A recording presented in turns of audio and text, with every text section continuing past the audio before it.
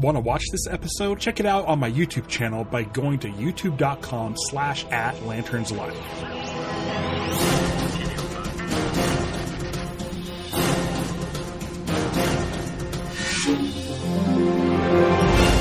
Welcome to Lanterns Live, the only live stream YouTube channel dedicated solely to the Green Lantern universe. Sometimes I talk about Motu, but not this episode. This episode, I have Vactor here, and we are talking about Green Lantern Corps 17. A little bit fuzzy on something here.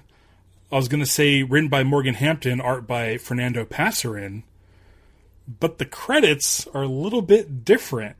And we can get into that in a little bit.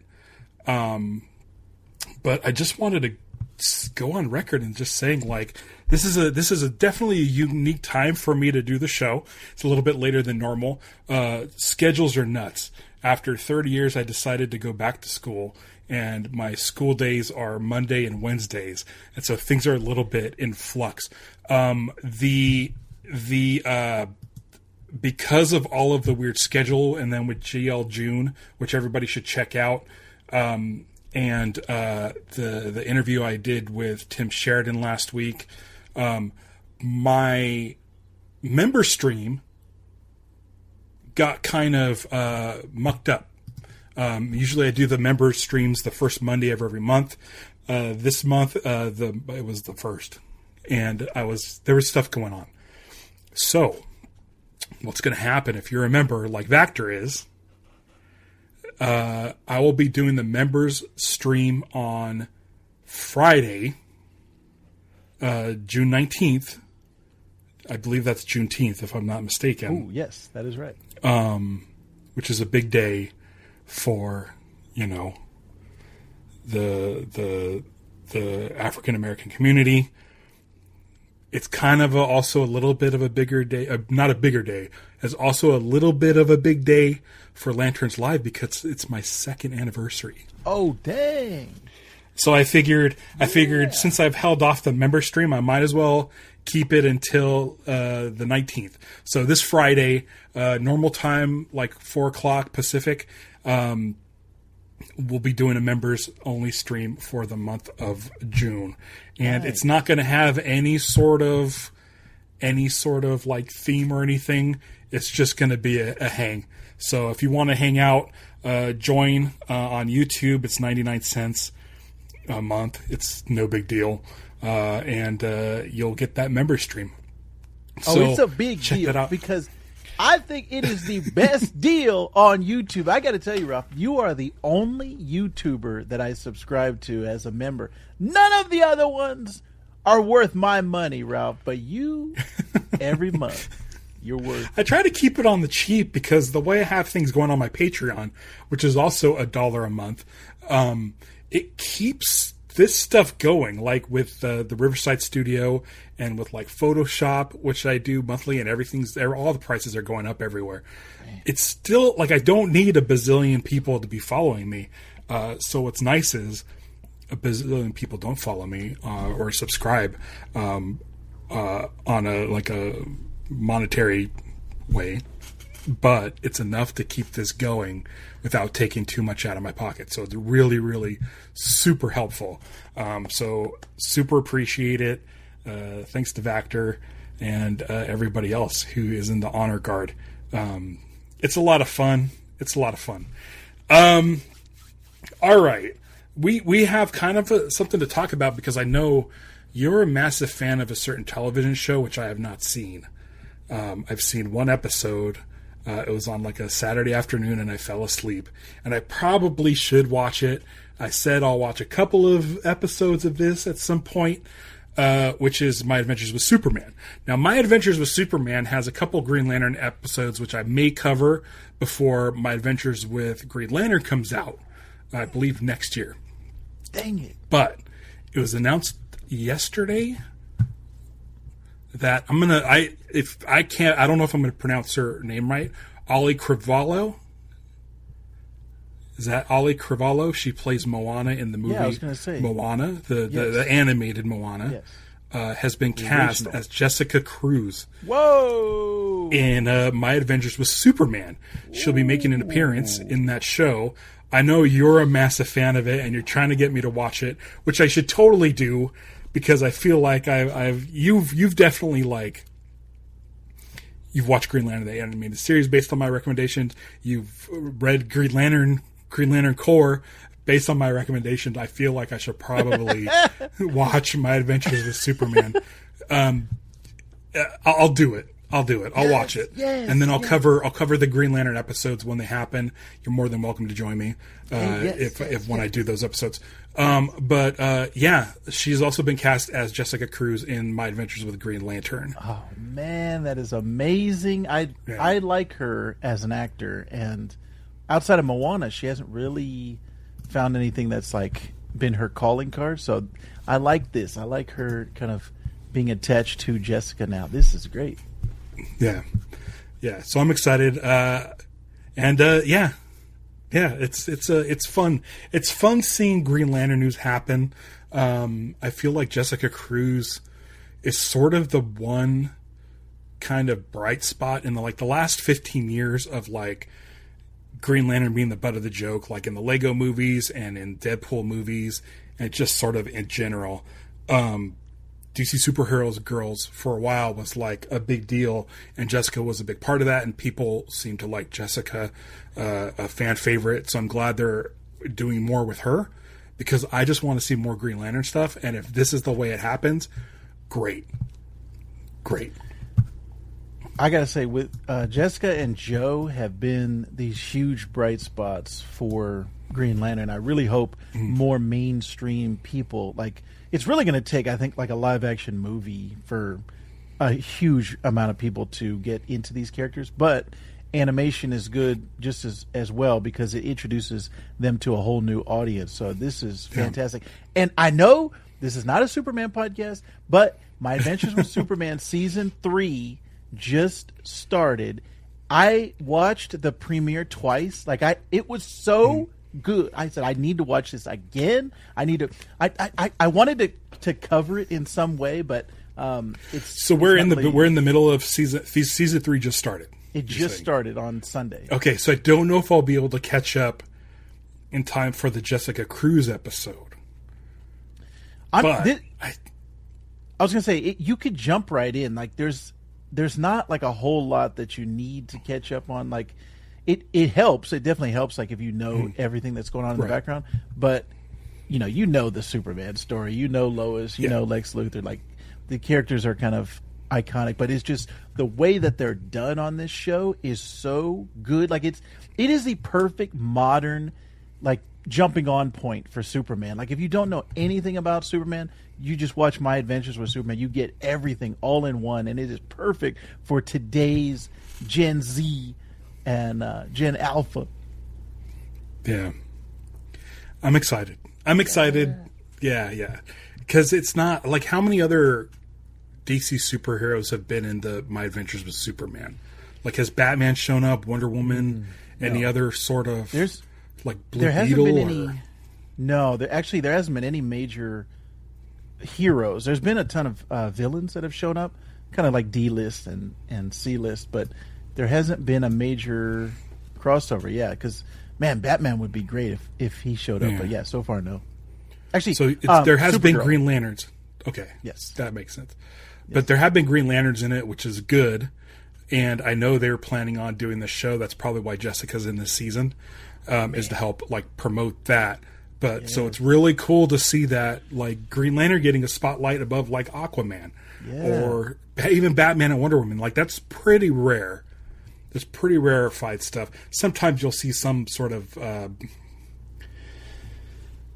I saw a bag once. It was a reusable bag at a counter at a dollar store. It was somewhere, or at Target or something. They had a Justice League bag, or it wasn't a Justice League bag. It was just a DC bag, but it had Superman, Wonder Woman, and Green Lantern.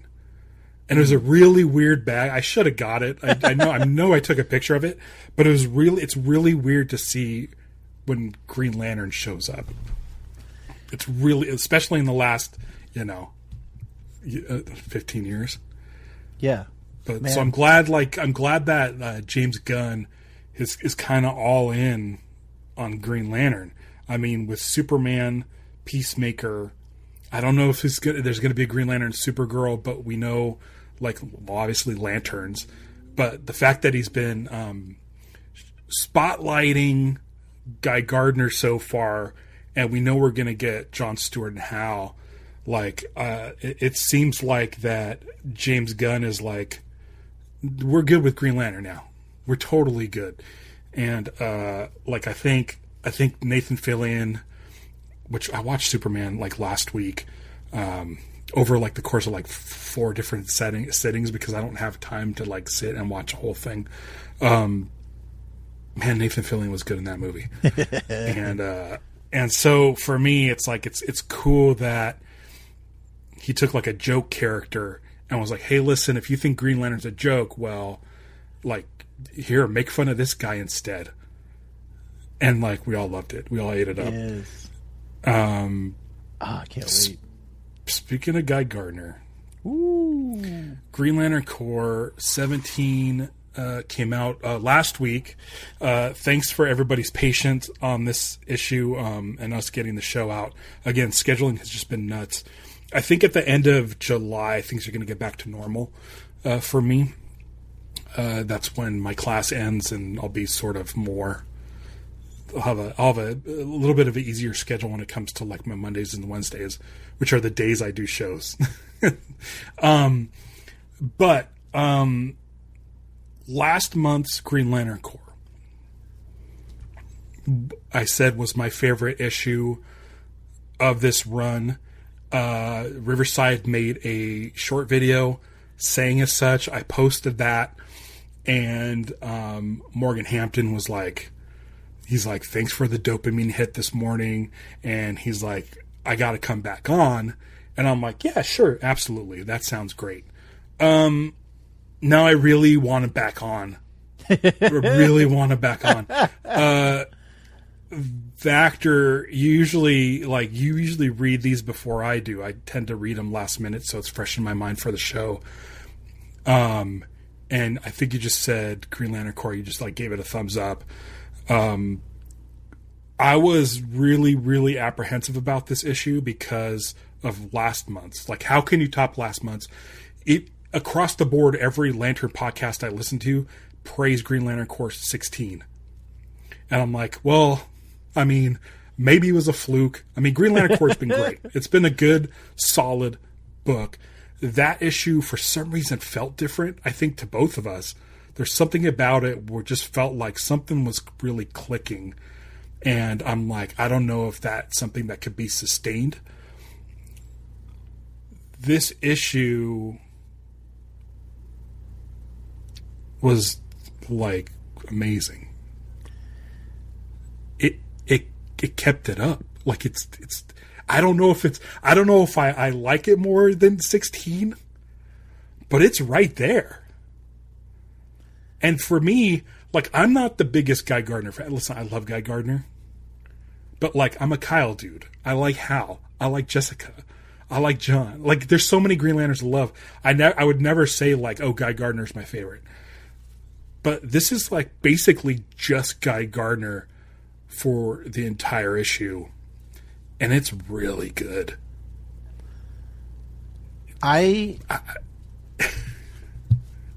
This issue might be the best single comic I've read this year. I cannot really understate. So it surpassed 16 for you. Yes. Okay. So with me, comics that break the mold and do something outside of the box always get my attention. Jeff Johns did a 3D Superman issue, or actually it might have been Grant Morrison, but there was a 3D Superman issue that you had to read it. It came with 3D glasses, and the story was going into multiple dimensions and all this stuff. Those type of things always get my attention. So when this book started out rotating, I was like, all right, I'm in for something. This is my catnip. This is what I love. So very difficult to read unless you lock your screen on the iPad, because I kept trying to flip it and the image would flip. So I laid it down and twisted it that way. Anyway, very fun. Yeah, we get a little bit of that on the cover, where in the middle of the thing, and we got some of that last month at the end, where things were stretched and the words were kind of sideways, disorienting, which it should be. And there's one thing that I thought I've never seen in a comic book. Maybe I just don't read enough, but there was a disclaimer that says, "Please be aware, this issue contains depictions of child abuse. Discretion is advised." I thought that was interesting. That is I don't very think I've rare. ever seen that. Yeah. Especially since there's also a image of a decapitated, guy. I'm like, that's but I've never seen that before. I don't know if that's something Morgan Hampton put in, or if it's something that the editors put in. But I was like, oh, that's really interesting. I hadn't seen that before. I think that has become more common, within the last 5 years, especially when people starting to care more about mental health has really taken hold in our society, which I love. I love that is the case. But I think that is very rare. All right. Now, especially for a DC. Normally, I would say that this is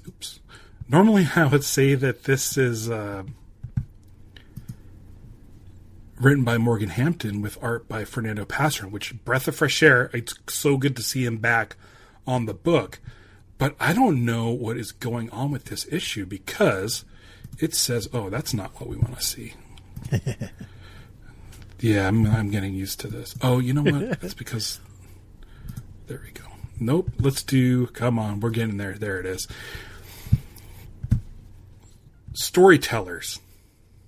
Morgan Hampton and Fernando Passeron.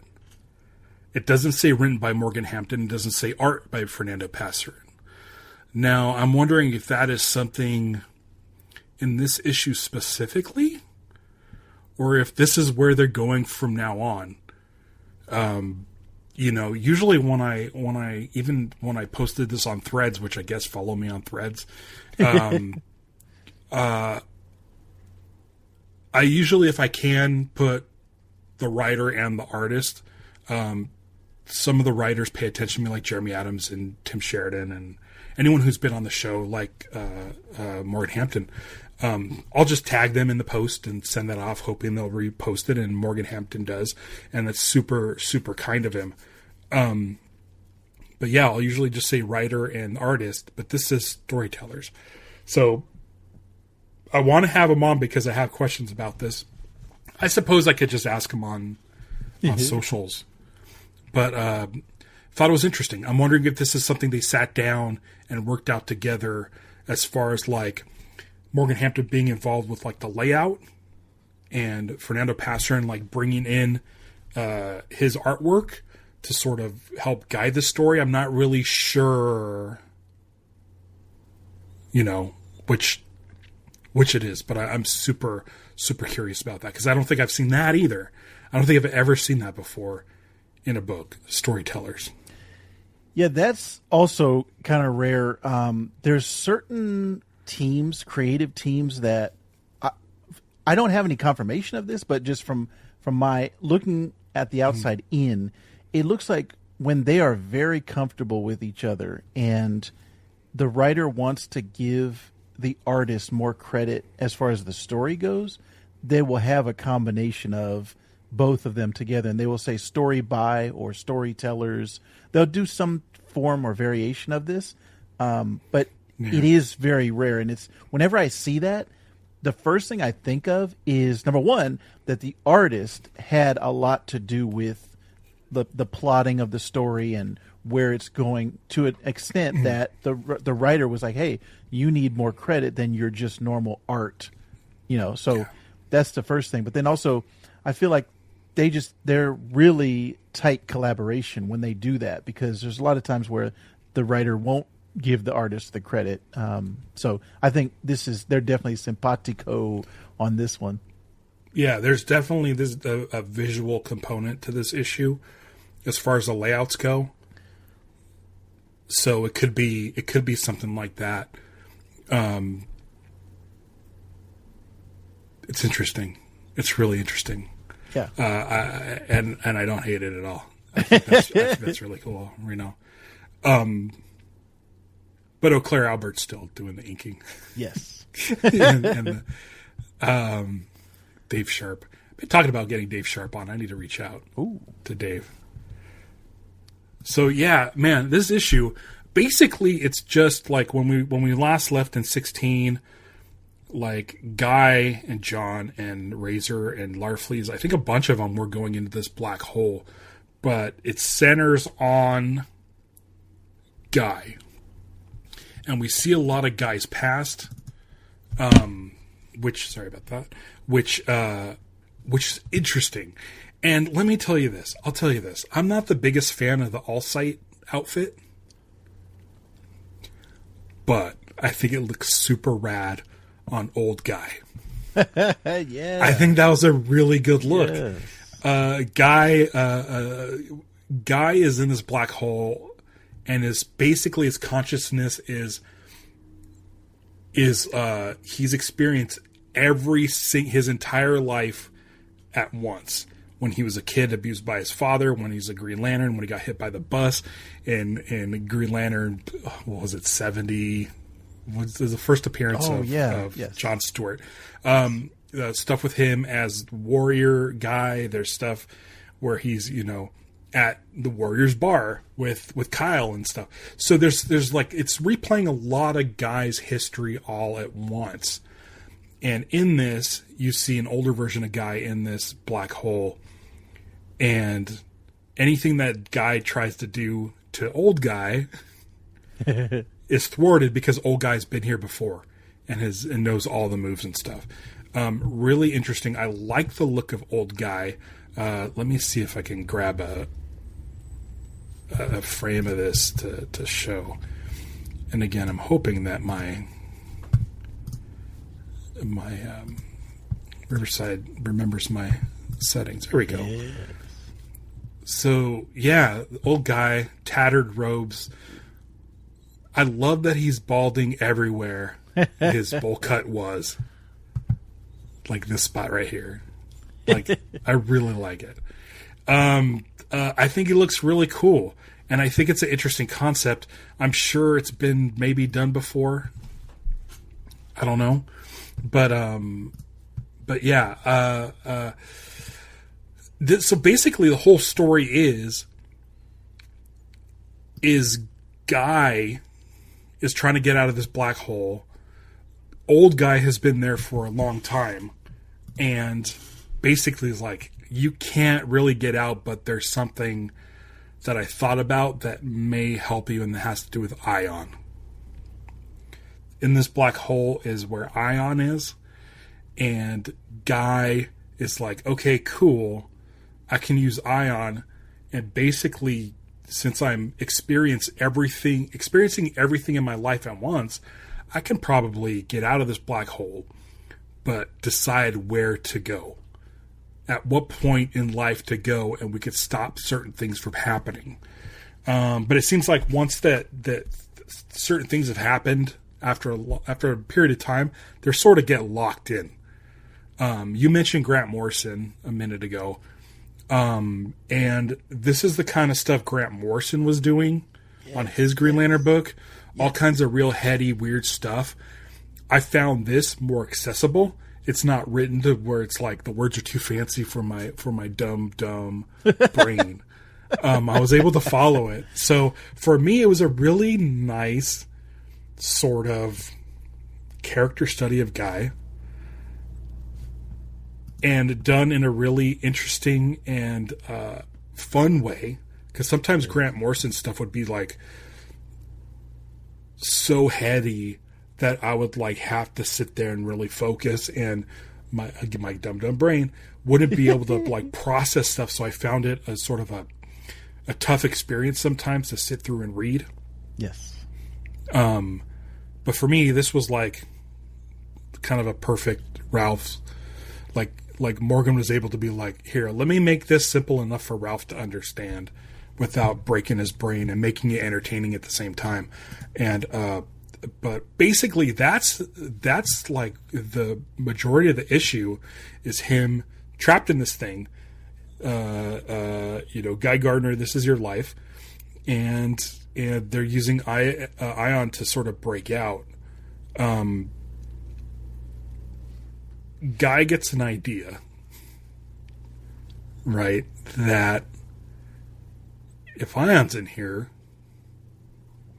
maybe I can grab the rest of the entities. So that's basically where we leave off is Guy goes and gets the entities and basically just goes back to like the boardroom meeting from a couple issues ago. And he's like, they're trying to figure out how to get the entities, and Guy's like, got it. I'm the all sight. I can do this. So it's a super kind of simple issue as far as like storyline, but it's very, very complex, and I want to chat more about it. What do you think of like Guy's backstory that we get here? Because there's been a lot over the years. There's been a lot of different like sort of iterations of Guy where he's like a cop or where he's like a gym teacher. This feels like it's sticking with sort of just classic Guy. Yeah, and I think I'm along the same lines as you. Guy has never been my favorite Green Lantern, so I haven't read a ton of Guy Gardner over the years, but I feel like Morgan Hampton in this one issue has a better handle on the character than most writers in the last couple of decades. Like, there hasn't been a writer that's come along that's... And this is something that I say on my channel, This Comic Cooks, all the time. I don't feel like there are any bad characters. I feel like there are just characters that the right writer has not gotten a hold of them and put their spin on the character. Because I've had it so many times, and I think I mentioned this before on your podcast, there are so many times that a character that I didn't like, all of a sudden he's one of my favorite characters because a writer comes along and they're able to tell a great story. So I feel like with Morgan Hampton, like this is, we're going to look back on this as a really good exploration of Guy. He's not done yet in this telling of Guy, but even the entities following him around early on in this run, I feel like there have been breadcrumbs and they've been setting up what's going to happen all along the way, and getting to explore his past, present, and possible future is just it's just so much fun. And this is another thing. This is also one of my catnips. I love time travel. Back to the Future is my favorite movie of all time. The things where you can go back and look at yourself and you can change, like those things. I love all of those things. So old Guy already knowing everything. I already know what move you're going to do. Okay, we got to go through this. That was so funny to me. And it was like, and knowing the character of Guy a little bit, like you're like, okay, you know that he's so hard-headed. He's going as a young person. He's not going to listen to himself as an old person. So, and the old person knows that Guy's still going to try it. Yeah, that was great. Yeah. That was like, I love that handle on the character. And like, Morgan felt so confident to me in this issue of, hey, I know who this character is, and I'm going to show you why he is such a great character. Like, you get to empathize with him, and you see his dad, like all of these. I forgot it's 7:30. It's cat time. The alarm for the treats. Like, you see all of these broken pieces of Guy, and there's that great, like, very reminiscent of Mr. Miracle, which if you have not read Tom King's Mr. Miracle, oh man, which they're doing an animated show coming up that's going to be kind of based on that. But the images where it's Guy, then it's a black space, Guy, black space, Guy. That is very similar to that Mr. Miracle book, but it's so great at putting you into the story and like just giving you little snippets and little pieces, little snapshots, and your mind is filling in the rest. So this, like I said, this is one of my favorite single issues that has released this year in comic books. And on top of all of those things that we've talked about, you and I both read on an iPad, and I kept swiping, and I was like, oh, it's in the landscape instead of the portrait. Oh. And it's like 90% of this book is in landscape. And I was like, this is perfect for iPad, reading on iPad. I'm not a fan of Ellie and Kelly. And Morgan's made those characters stand out more, giving them some really good stuff. And I agree with you that he knows how to take characters that maybe not be your favorite and like spin them. I'm not a fan of this All-Sight. Like, I didn't read DCKO. I know it sort of came from that, and I felt like Morgan was like sort of hampered with this thing. They kind of like, he was like saddled with, okay, now Guy's a god. Way to sort of pivot that and make me like Guy as this version, just in one issue. So for me, it's been like the whole last issue where he was like doubting himself the whole time. Was really nice. This feels like I don't know where this. I'm trying to think how far back we got into the sort of baby entities and stuff, and like where this, like if this is collected in a trade paperback, like where this would actually start. But I'm really excited to see where it ends, because I think this could be like a really good sort of run for like Guy Gardner. I think. And listen, I love these guys. They're writing Green Lantern, my favorite character, and they're great.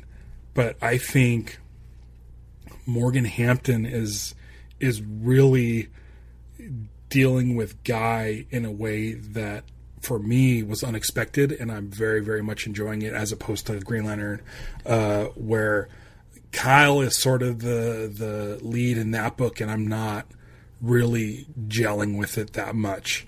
I love Jeremy Adams, and I it's just, and I don't know if that's sort of tweaking my adjustment or my enjoyment of Green Lantern Corps more, is because I'm not really gelling with the last couple issues of Green Lantern, and then this one is like more what I look for in a Green Lantern book.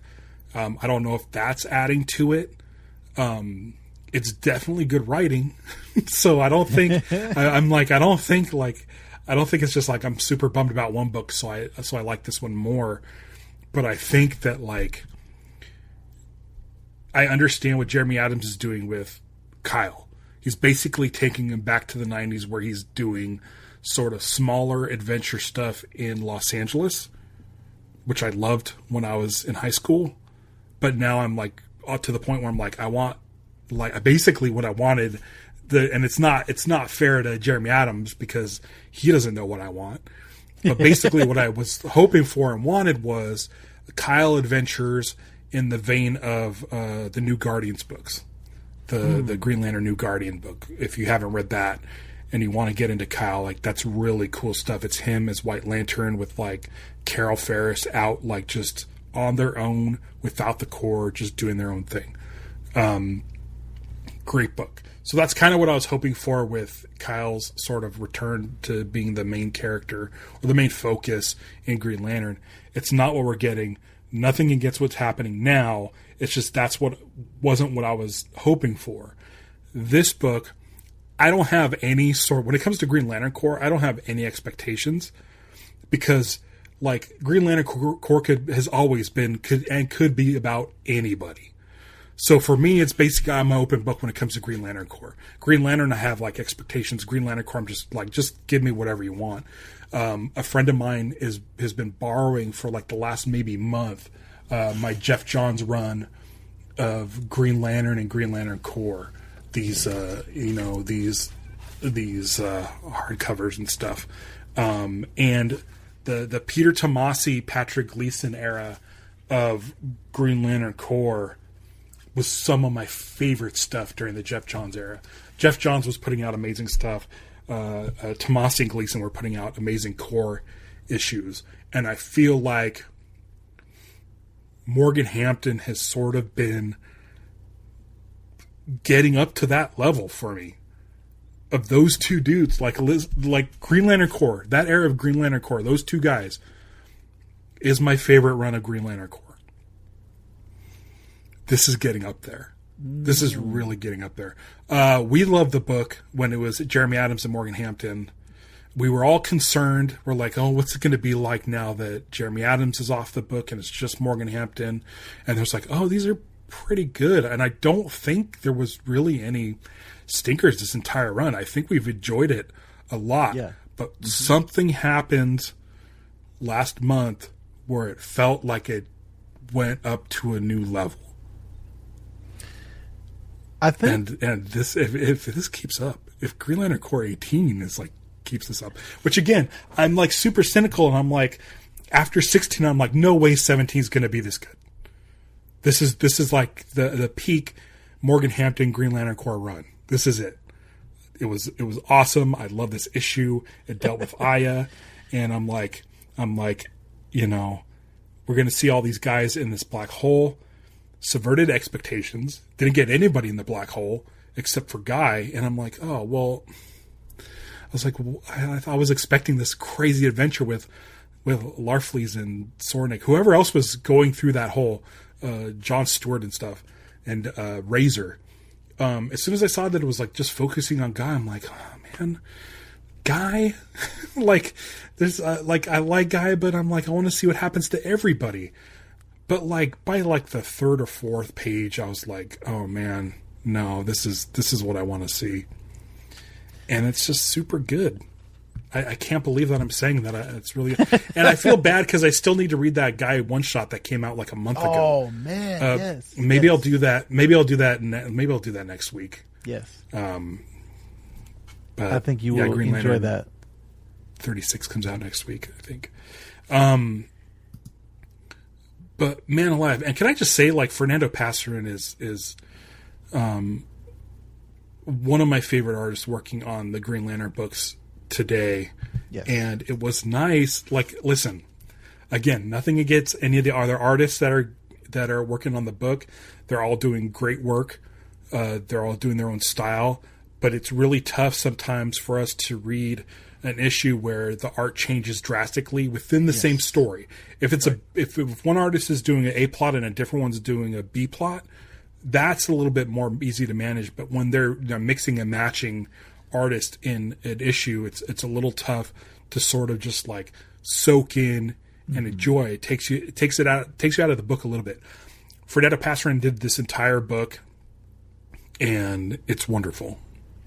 It feels like it's a cohesive narrative. Like it feels like all one piece rather than, oh wait, this feels like I'm looking at different books. Like, so that 100% that is a positive for this issue.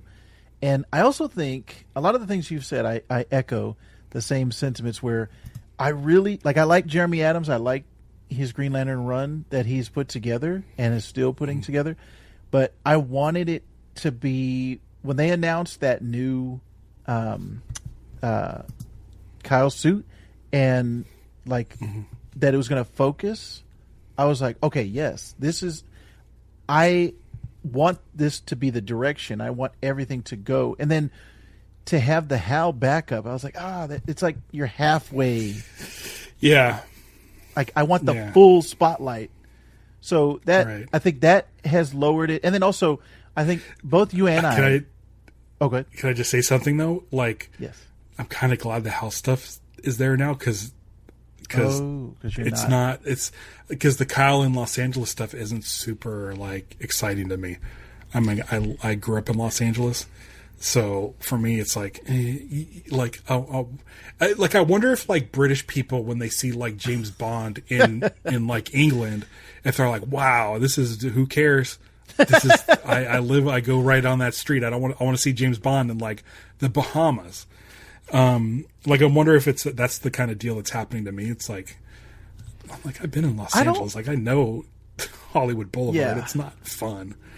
I don't think it's that, because I think the setting for the story it literally sets it up where it's going to be, but it's really what is happening to the characters. If you are invested in the characters and what's happening to them, they could be anywhere. They could be on a planet you've never heard of, or they could be in your backyard, and you are going to care about them.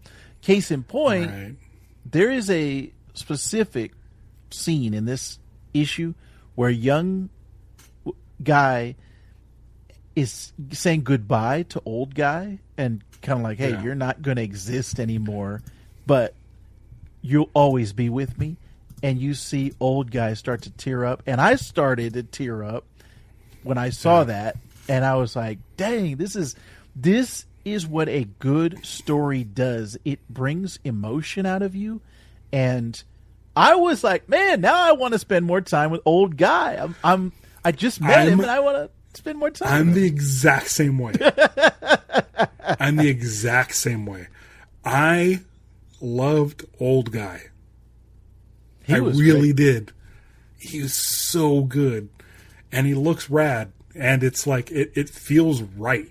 Like I know it's just drawings, and they could basically draw Guy Gardner and then start adding in the old age stuff, but it really felt like Guy. At no point did I say this doesn't feel like Guy Gardner. It feels like a totally different character, but it totally does. This got me too, where the energy's coming out of his eyes, because they're talking about Guy and his emotion, which, we think of Guy as just like angry a-hole, but I mean, he has to have some sort of emotion, to be a Green Lantern. Yeah. And so for me, it was just like this shot right here where he has, it's not quite a tear. They won't let young Guy have a tear, but this sort of streak is telling me exactly what I need to know. Yes. And that's, like I said, that is what a great story does. They're in the heart of a black hole and you're still caring about them. So I also think both you and I, our expectations for the main Green Lantern book are so high, and coming into Core, I think they were lower. So Morgan Hampton has exceeded our expectations. So I think that also plays into it. But just like I said, the format of this book, the way that the story is told, the art is fantastic from start to finish. And there's kind of a meta level to it as well, where it works because if you think about it, it's a fractured story and it's going in this like swivel. And that's also Guy's kind of mental state. He's kind of fractured and he's kind of broken, and you see it from his childhood. And that's another catnip thing of me is the nature versus nurture stories. Like whenever you're showing who a person is, Superman, great example. The Kents being who raised him, who made him who he is. That's why he's Superman. And so you see the opposite end when it's like, man, when you were raised by a POS, like that really does a number on you mentally. But the fact that this is so like the emotions in this issue are so raw, and like that, the disclaimer at the beginning, it's like they were already setting us up, but once you get into it, it's like Morgan Hampton just did such a great job of showing us who Guy is, and then also by the end of it giving us that almost that resolution to the cliffhanger of the last issue, where it was like, how are they going to get out of a black hole? Yeah. And it's like, when I saw that they went back to that meeting, I was like, oh, okay, now this explains how they're going to get out. When they went back to that meeting, I knew exactly where he was. It was so like you've seen all kinds of meetings in Green Lantern books, especially this. We've seen this sort of conference room with Jessica leading the way. This right here. Let me share this screen. Man, I love this art. Yeah. So we've seen this sort of setup a lot this run, but when they came back here, like for some reason I knew exactly what point they were talking about, Yes. right? Like I knew which meaning it was, Yeah. and I just love this over here. Look at him over here, just sort of like looks like he's cowering.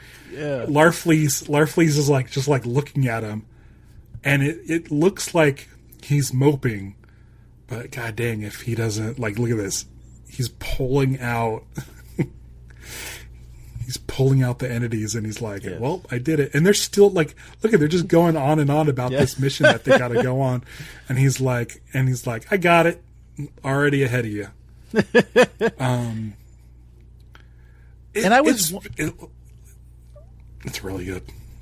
I was wondering, like, why were the entities following him? I think we talked about it in a previous book. It's like this, it all makes sense now. Like everything is coming together of the all sight and everything, you know, that we've been following. And this is just great storytelling. Also, I forgot to say, I think another reason why this book is doing it for you a little bit more than the main Green Lantern, this is where Razor and Aya are at. This is like, that's the characters that are in your heart, like really close. So I think that's another reason why Core has been really your book recently. And it's been, and I mentioned this to Morgan on Instagram, that I said the way he writes Aya is like pitch perfect to how she sounds in the show, which they didn't get right in the Green Lantern the Animated Series comic. There was the issue 4, there's the issue 8, which I always recommend those two, where the writer and artist were different on those two books, and they looked and sounded the way the characters were in the show. The other ones, they were a little off model, and the writing didn't feel like the characters from the show. So for me, it's like the fact that he's nailed those two characters is pretty great. I have 0 notes on this book. 0 notes. Whatever Morgan's been cooking up, I think he was around this issue, writing this issue when he was on the show. Because I think I asked him, how far ahead are you? And I think he said he had just turned in or just got pages back from, I think, 16. So he was cooking then. And I'd love to have him back on. Maybe in a couple weeks. Next week I have Green Lantern 36 with Will, I think, on Wednesday. But I should reach out to him and see if he's available, because these last 2 issues, and I'll even go back to the issue before. I might reread that one where they started setting this up with the sort of baby entities. I have a lot of questions to ask him about. If something happened to him that things just started clicking. Is it something where he was working so close with Jeremy Adams up until, what was it, Green Lantern Corps 9, where they were working together, and was he sort of like had maybe like the last like 4 issues to sort of tie things up or deal with like the Green Lantern 600 like crossover, or the Sins of the Starbreaker, or the Starbreaker Supremacy. I was looking at this Sins of the Star Sapphire book up there. The Starbreaker Supremacy stuff. Like, if this is where he's like, okay, I have ideas for this book, but let me just tie up a couple of loose ends before we get there, because something happened within the last like 2 or 3 months where it feels like almost a completely different book. Because for a while there, remember we had like 2 and 3 issue arcs with like, there was 2 issues of like Space Cabbie and like Joe and Simon and or Joe and Jessica and stuff. Like, it was kind of like that for a while. Now it feels like it's like, oh, he's getting into like, let's start like making, instead of like one shots or small arcs, let's start expanding stuff more and getting into the nitty gritty of all this. Right. It feels more serialized, whereas before it was almost like episodic, but there was still like things in the background, you know, tying the plots together. But yeah, this 100%, like, it feels like this is like I said, he feels more confident. I feel like Morgan Hampton, like you said, there might have been something in the background that just clicked, and he was like, "Okay, I got it." There's no B plots. Yeah, like the last couple issues haven't had B plots. Everybody's either working together, or in this one, it's just focused on Guy, where that's it. That's the one story, which I kind of like that format. I feel bad if people hate Guy and they don't want to read this book. But for me, I'm like, it's so well done. Like, how could you not like Guy after this book? And then if next month he's like, he's probably going to focus on the team again. It looks like they're going to go after the Aya Manhunters. Next month, the All-Sight leads the charge against the desperate Manhunters. So it sounds like a big, fun sort of battle thing. I'm still not a fan of the All-Sight robes. I think it looked cooler when he was older. But I would like to see Guy sort of... I wouldn't mind seeing a Guy upgrade. We can get back to the vest, but I wouldn't mind seeing a sort of an upgraded Guy suit. It's been a while. But, yeah, and it was cool to go through a lot of his different looks in this book and see the different eras of Guy going through like these major moments in his life. Like this was just really fun. I don't know if we knew this or not, but Guy cuts his own hair.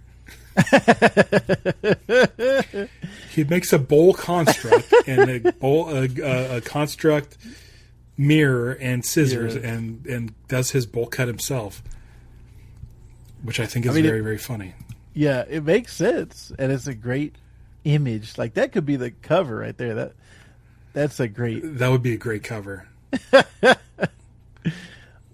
I have been looking at it over here, but yeah, it's such a defining trait of his, like the vest, something that sets him apart from every other Lantern. There's nobody else that has a bowl cut. Yes, that is fantastic. Yeah. He's got the mirror in the back. Yeah. Like I said, this is, and so when I text you, I didn't want to spoil anything, which I never want to spoil it for you, but what I text you was, at the end when you're reading it on Kindle, it asks you for a rating, a 5-star rating. So what I sent you was I put 5 stars. I don't know if I've given any other one 5 stars. Like, not even 16.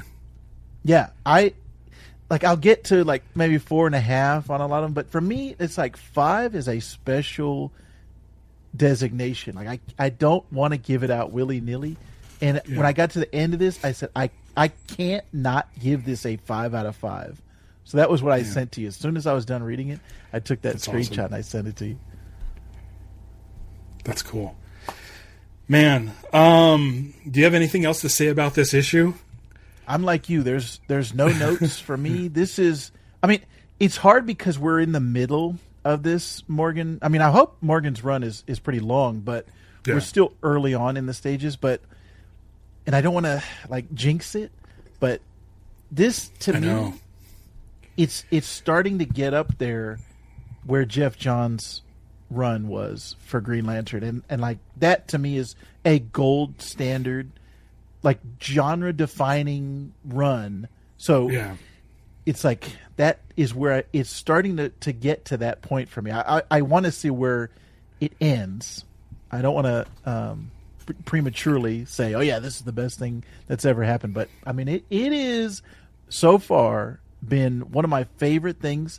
And I told you before we started recording, I have to thank you again. I think I've said it before, but you got me reading Green Lantern Corps because there's so many books that come out, and DC is putting out so many good titles.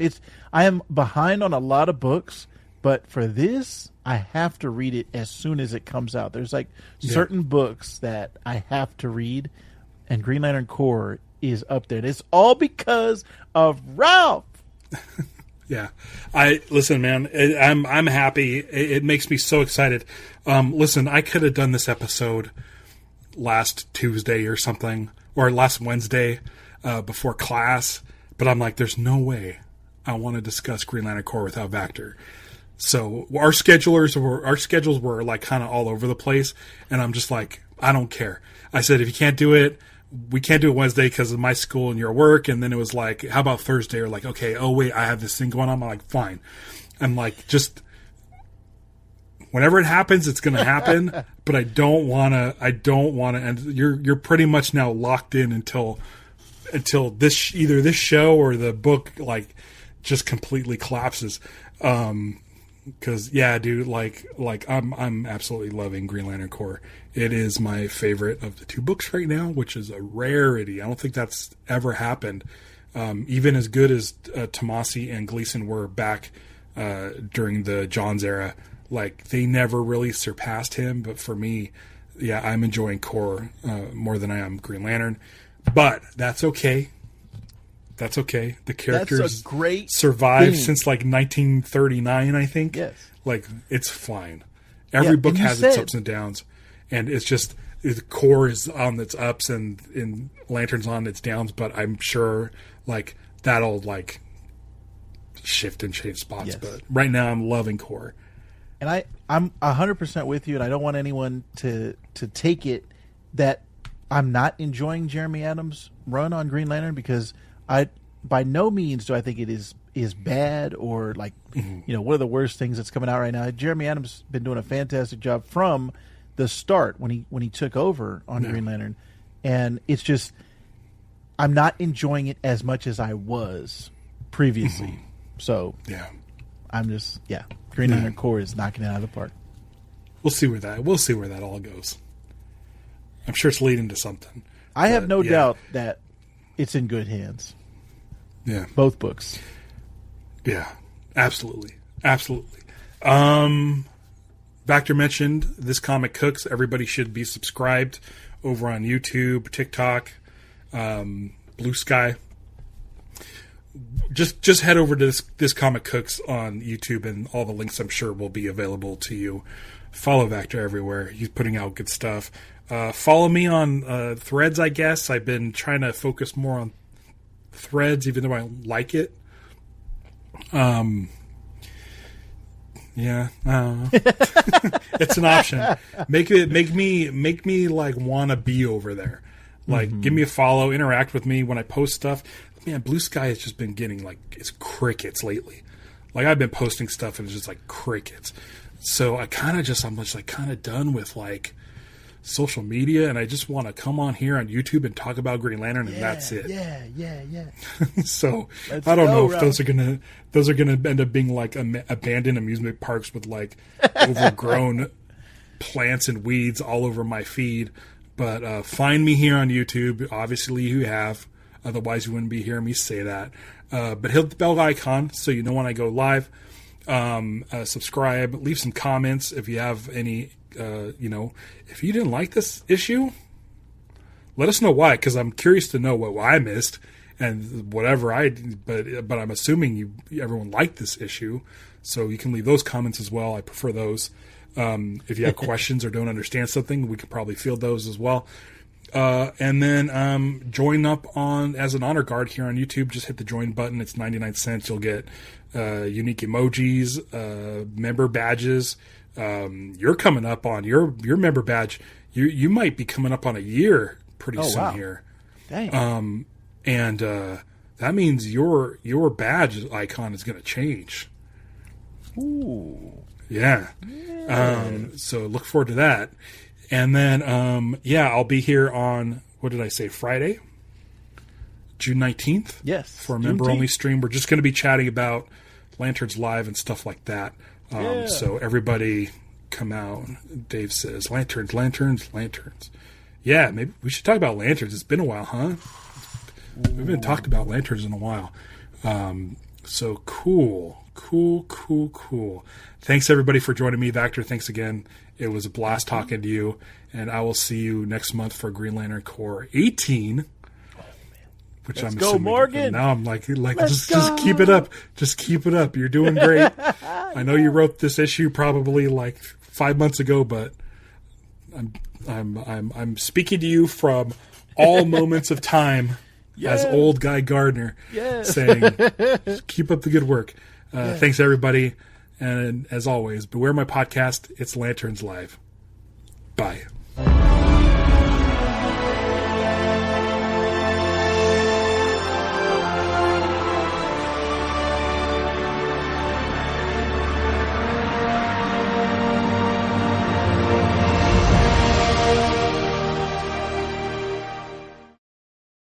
When I found out I was going to be a parent, I immediately felt a lot of anxiety and worry. So I went on to BetterHelp to try to look for a therapist to help me with that. My relationship with my family and with my boyfriend and with myself were suffering. I really needed help. I was ruminating a lot. Really getting those thoughts out to a therapist and getting feedback was just life-changing. Discover what BetterHelp Online Therapy can do for you. Visit BetterHelp.com today.